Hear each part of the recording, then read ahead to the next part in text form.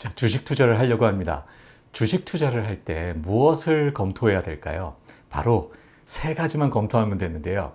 이름하여 주가의 3요소라고 붙여봤습니다. 이 주가의 3요소가 뭔지 이 세 가지만 검토하면 되는데 뭘 검토하면 되는지 지금부터 알아보겠습니다. 네, 주가의 3요소 첫 번째 바로 실적입니다. 결국 주가는 기업의 실적을 따른다. 이런 얘기 많이들 들어보셨죠? 바로 가치 투자를 얘기하고 있는데요. 여기서 포인트가 있습니다. 현재의 실적이 아니라 미래에 좋아질 것 같은 실적 전망, 좋은 실적 전망이 중요한 겁니다. 좋은 실적이 필요하다고 해서 현재 실적 좋은 회사들 어딨지? 이렇게 찾아서는 안 됩니다. 비록 현재는 적자라고 하더라도, 심지어 적자라고 하더라도 실적 전망이 좋은 회사, 앞으로 실적이 좋아질 것 같은 회사, 이런 회사들을 찾아서 투자를 해야 합니다.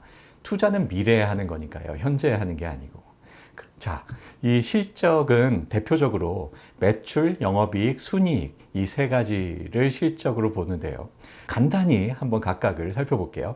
매출은요, 상품을 판매하거나 용역을 제공하고 받은 대가입니다. 자, 그런데 여기에서 이 상품이나 용역은 이 기업이 영업의 목적으로 하는 것이어야 합니다.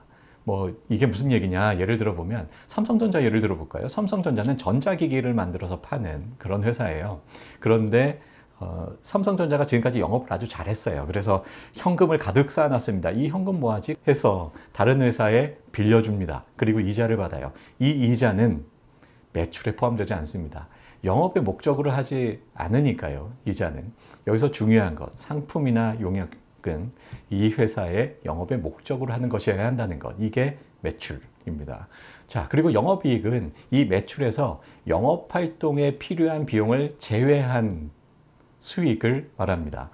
자, 그리고 순이익은요, 이 영업이익에서 영업활동 외에 필요한 금액들을까지 제외한 금액이 순이익입니다. 결국 내 주머니에 들어온 돈, 이 돈이 순이익이죠. 자, 그럼 여기서 순이익만 보면 되지 왜 그럼 영업이익하고 순이익하고 같이 봐요? 이럴 수 있는데, 자, 영업이익과 순이익을 같이 보는 이유는요, 영업이익은 영업활동에 필요한 비용만을 제외했습니다. 다시 말하면 이 회사가 얼마나 영업 경쟁력을 갖는가, 그걸 보고 싶은 겁니다. 세금이나 이자 이런 거는 이 회사의 영업 경쟁력과는 별도로 나가는 돈이에요. 그래서 그 영업 이익을 구할 때 세금이나 이자는 제외하지 않습니다. 다시 말하면 영업이익에 세금이나 이자 등은 포함되어 있습니다. 이 회사의 영업 경쟁력이라고 고려하지 않는 거죠. 세금이나 이자는. 자, 그러면 영업이익만 보면 안 되고 왜 순이익까지 봐야 되지? 또 그럴 수 있는데, 순이익은 결국 내 주머니에 들어온 돈이에요. 이것도 봐야 되잖아요. 거기에다가 이유가 한 가지 더 있는데요. 순이익은 이 회사가 영업의 목적으로 하지 않는 수익까지 더합니다. 아까 삼성전자가 이자 수익이 발생했다. 이런 예를 들었었는데요. 이런 이자 수익이 순이익에는 포함됩니다. 그래서 결국 내 주머니에 들어온 돈도 봐야 되고, 이 회사가 영업 경쟁력을 얼마나 갖는가, 그것도 봐야 되기 때문에 영업이익과 순이익을 이렇게 나누어서 보는 거죠. 자, 그러면 대개의 경우에는 영업이익에서 영업 외 비용을 제외하기 때문에 순이익이 작습니다. 영업이익보다. 그런데 순이익이 더 큰 경우 있어요. 이거 왜 그럴까요? 눈치 빠르신 분은 눈치 벌써 채셨을 텐데, 영업 경쟁력은 좀 별론데 영업 외 수익이 많은 거예요. 그런 경우에는 영업이익보다 순이익이 더 큽니다. 그런데 순이익이 비록 크더라고 하더라도, 내 주머니에 들어온 돈이 많다고 하더라도 시장의 평가는 그리 달갑지 않습니다. 이 회사의 영업 경쟁력이 그만큼 약하다, 다른 기타 수입이 많다, 이렇게 보는 거죠. 그런 기타 수입은 이 회사의 경쟁력으로 보지 않습니다. 그래서 순이익까지 다 봐야 되지만 중요한 것은 영업이익이다, 이렇게 기억해 주시면 되겠네요. 네, 주가의 3에서 두 번째 바로 밸류에이션입니다. 실적이 좋아지면 밸류에이션 매력이 올라갑니다. 자, 왜 그럴까요? 밸류에이션의 대표적인 지표 PBR, PER이 있습니다. 이 PBR은 장부 가치 대비 시가총액을 보겠다는 거고, PER은 순이익 대비 시가총액을 보겠다는 거예요. 이렇게 각종 투자 지표들은 분수로 표현되어 있는 경우가 많은데요. 내가 보고 싶은 게 분자에 있고요. 그런데 무엇 대비 볼 것인가? 그게 분모에 있습니다. 항상 무엇 대비 봐요. 그냥 그 하나만 보지 않고 내가 보고 싶은 게 분자, 무엇 대비해서 볼 것인가가 분모에 있다는 거 기억해 두시고요. PBR이나 PER이나 지금 그림에서 보시면 시가총액이 분자에 있어요. 뭐 보고 싶은 거예요? 시가총액 보고 싶은 거죠. 시가총액이란 이 회사를 시장에서 얼마짜리야 라고 평가한 금액이죠. 이게 시가총액이죠. 자, 얼마나 평가되어 있는가 그걸 보겠다고 하니 바로 평가 금액, 평가, 결과, 다시 말해서 밸류에이션입니다. 자, 그런데 장부가치 대비해서 시가총액을 보겠다 이 얘기입니다. 장부가치가 뭐예요? 이 회사가 진짜 가지고 있는 순자산, 자기자본을 의미합니다. 자, 이 순자산, 자기자본 대비 시가총액을 보겠다는 게 PBR인데, 자, 우리 아파트 살 때 한번 생각해 볼까요? 10억짜리 아파트가 있어요. 그런데 내 돈은 6억이 있고 대출을 4억 받는 이런 경우를 생각해 봅시다. 그러면 대출을 4억 받아서 10억짜리 아파트를 내 돈 6억 주고 샀어요. 내 순자산은 얼마인가요? 6억이죠. 그리고 대출 4억까지 해서 이 집은 10억짜리 집입니다. 어떤 사람이 와서 당신 집 내가 6억 주고 살게 라고 합니다. 대신 그 4억 대출은 내가 떠안을게 하고 이 집을 삽니다. 자, 이 다른 사람이 와서 이 집의 가치는 6억이라고 평가한 겁니다. 시가 10억짜리 집이지만 대출이 4억 껴있으니까 당신 순자산은 6억 아니야 라고 6억으로 평가를 했고 그 6억을 지불하고 10억짜리 집을 삽니다. 이런 경우입니다. 자, 이 회사가 그 순수히 가지고 있는 자산이 얼마야?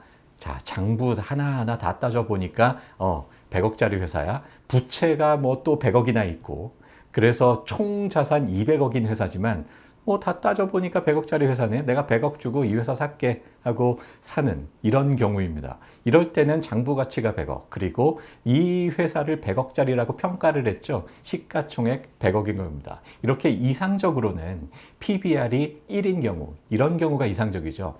그 장부에서 표시되는 가치나 시장에서 평가하는 이 회사의 가치나 완전히 동일해서 PBR이 1인 경우가 이상적인 경우입니다.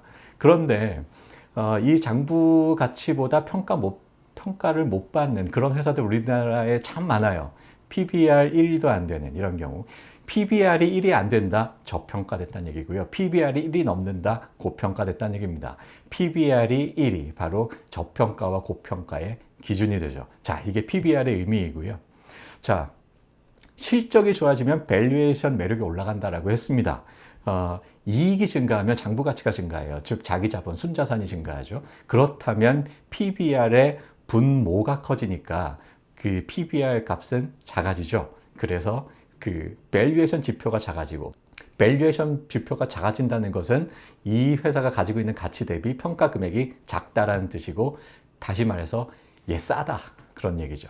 밸류에이션 지표가 작다는 얘기는 싸다 그런 얘기입니다. 자, PER을 볼까요? PER은 순이익분의 시가총액을 의미합니다. 이 회사가 얼마나 돈을 버는가 그거 대비 시가총액을 보겠다는 겁니다. 뭐 어떤 회사가 10억의 연 수익을 올려요. 그래서 10억을 현금화할 수 있는데 이 회사가 시가총액은 100억을 갖는다. 그렇다면 PER 10입니다. PER 10의 의미는 이 회사가 100억짜리 회사예요. 시가총액이 100억이에요. 그래서 내가 이 시가총액 100%를 100억 주고 다 삽니다.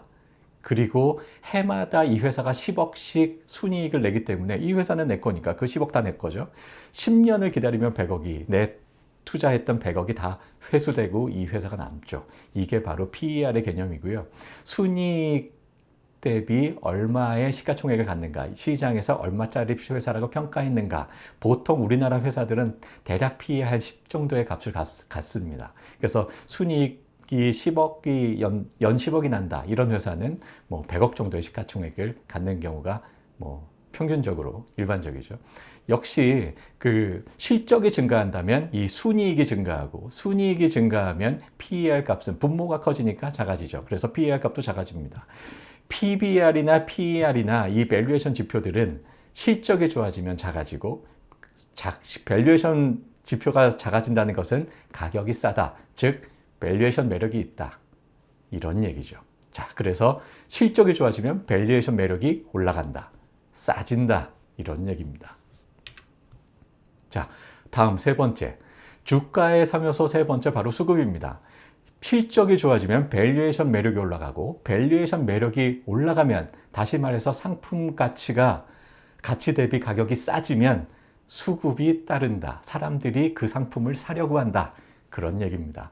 자, 그런데 밸류에이션 매력이 높다고 해서 언제나 수급이 따르는 것은 아닙니다. 참 우리나라의 이 PER이나 PBR이 낮은, 그래서 밸류에이션 매력이 상당히 높아 보이는 그런 회사들 참 많은데요. 그런데 주가는 그대로인, 참 수급이 안 따라주는 그런 회사들 많습니다. 왜 그럴까요? 이런 것들을 살펴봐야 되는데, 시장 측면, 그리고 주주 가치 제고 측면, 그리고 불확실성 측면, 이런 것들을 살펴봐야 됩니다. 먼저 시장 측면에서 볼까요? 이 투자가들은 기존의 전통시장 말고 아주 발전하는 시장, 새로운 시장, 이런 시장을 선호합니다. 뭐 전기차, 굉장히 전망 좋은 그런 시장이죠. 뭐 제약, 바이오, 인공지능, 뭐 그린 에너지, 이런 시장을 투자가들은 선호합니다. 앞으로 시장 전망이 좋기 때문이죠. 그런데 우리나라 전통적인 산업들, 뭐 조선, 철강, 자동차, 뭐 이런 우리나라 전통 산업들은 좀 투자가들에게 관심을 받지 못합니다. 그래서 PBR이 1이 안 되고 PER도 뭐 10이 안 되고 한 5, 6 뭐 이렇게 되는 회사들이 참 많죠. 상당히 저평가되어 있는데 수급이 안 따라줍니다.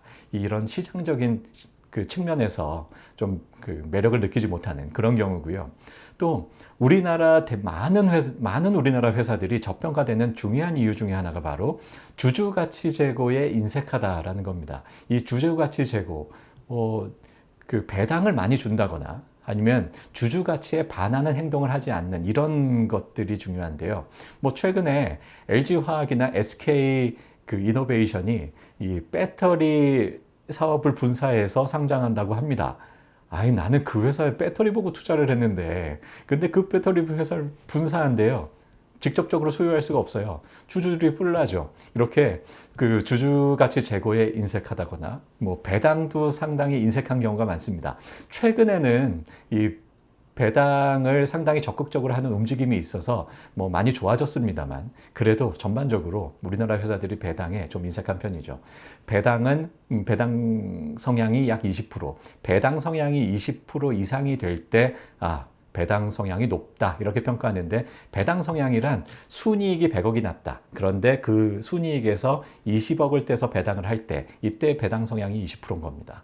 이렇게 배당 성향이 20% 이상일 때 배당 성향이 높다라고 얘기를 하는데, 우리나라 회사들 그렇게 20% 넘는 회사들 많지 않죠. 그리고 또 한 가지는 우리나라가 지정학적 리스크, 또 뭐 정치 불안, 이런 것들이 있어서 또 우리나라 회사들이 좀 저평가받는, 그런 전반적으로 저평가받는 그런 경우가 많이 있고요. 단지 우리나라 회사라고, 단지 우리나라 시장에 상장되어 있다고 해서 이렇게 저평가받는 경우가, 이 지정학적 리스크, 남북이 분화되어 있는 지정학적 리스크, 또 정치 불안, 이런 것 때문이기도 합니다. 자, 이래서 수급이 안 따라주기도 하는데, 이렇게 시장, 그리고 주주 가치, 그리고 불확실성 측면에서 검토를 해서 이런 것들을 다 리스크를 회피하고 선호하는 시장에 포함되어 있는 그런 종목이라면, 그리고 실적이 받쳐줘서 밸류에이션 매력이 있다라면 반드시 수급은 따라줄 것이다. 자, 이렇게 여러분들께 말씀드리고 싶네요. 자, 오늘 주가의 3요소에 대해서 공부를 해봤습니다. 주가의 3요소 뭐라고요? 실적, 밸류에이션, 수급. 이런 건 외우는 겁니다. 그런데 뭐 세 가지라고 말씀을 드렸지만, 이 세 가지가 분석하기가 그리 만만치 않아요. 앞으로 이 실적, 밸류에이션, 수급에 대해서 세세하게 한번 따져보려고 합니다. 자, 앞으로 진행되는 영상 기대해 주시고요. 도움이 된다 생각되시면 구독, 좋아요 부탁드립니다. 이번 시간 여기까지 할게요.